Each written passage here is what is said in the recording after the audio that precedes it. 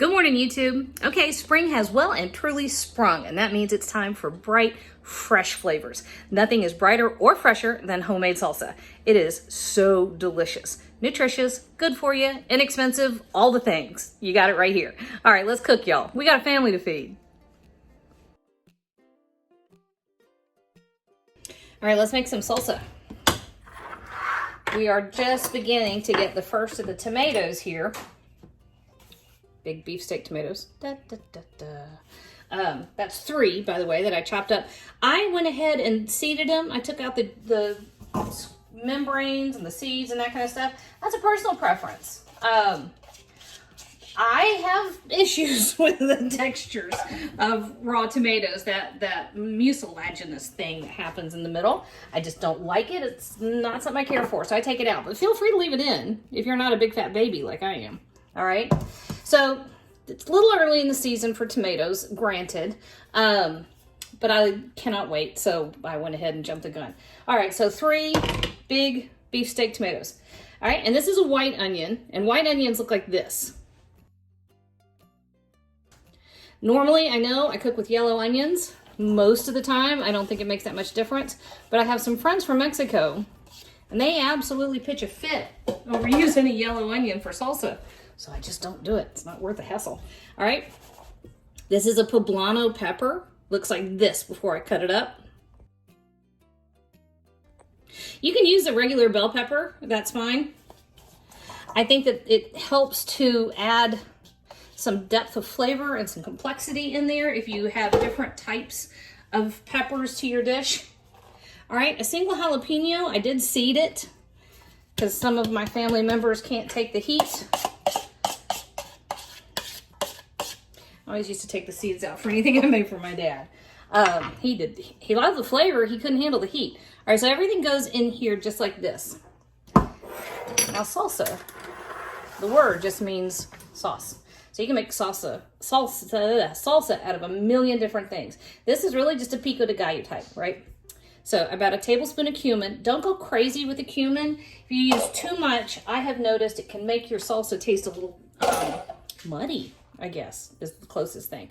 2 teaspoons of kosher salt, a teaspoon of black pepper, and then I'm going to add, I'm going to add 2 cloves of crushed garlic to this,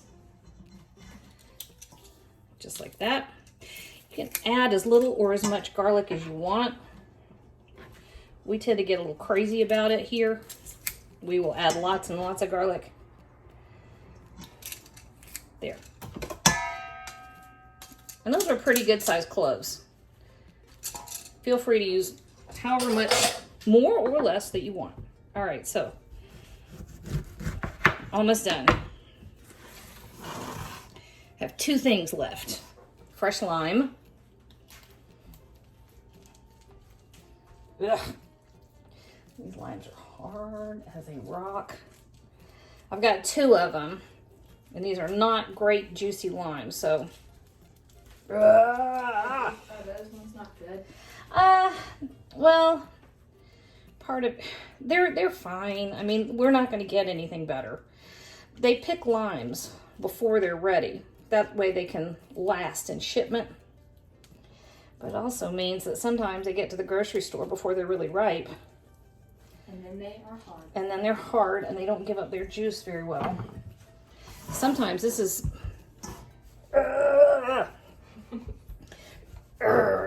you roll it, put a lot of pressure on it. You can also stick it in the microwave for a few seconds. Theoretically, that helps release the juice.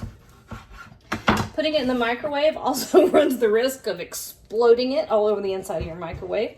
Not that I would ever have done such a thing. I mean, you know, if you think about it, it's an enclosed system, and if you microwave it, it's going to come to a boil inside there, and there's no way to vent it, so it explodes. But I have heard of people who may have been in their 20s and thought they were clever and put limes and lemons in the microwave. Kelly? That was me, dummy. I was trying to pretend it wasn't. I would think it was Aunt Kelly. She does some stuff like that sometimes. Yeah, that's true. Okay, so the juice from a couple of limes. And don't be stingy with the lime juice. Fresh cilantro. All right, let's talk about this love-hate thing people have with cilantro. Those of us that love it, love it. And boy, if you don't like it, shoo, people get harsh.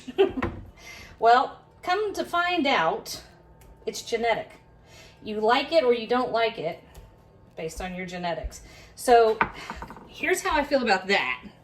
A, not your fault. B, more for me. C, you really need something that is that fresh, bright, herby thing that cilantro brings to the party, right? But to those people that can't eat cilantro, it tastes like soap. And then you've just ruined your dish. In which case, I say, give it some fresh parsley. Find some nice Italian flat leaf parsley and use that. And if you can eat cilantro, knock yourself out. So that's a half a cup. There we go. That is all it takes to make fresh salsa. Kinsley, I think Mo just quit working in your room. Would you go check him? Okay. That's all there is to the dish. Seriously, y'all. The only other thing we're going to do is chill it. We're going to give it time for the acids to come together, the acid and the lime juice to come into play, to let the flavors mix and mingle. Now that we've salted it, the tomato and the onion and the peppers are going to release their juices. And it really begins to come together and marinate all the different stuff in there with all the other different stuff. And the flavors. Boudin, it was me. The flavors are amazing. Okay. Fresh salsa. We're going to chill it. And that's all there is to that.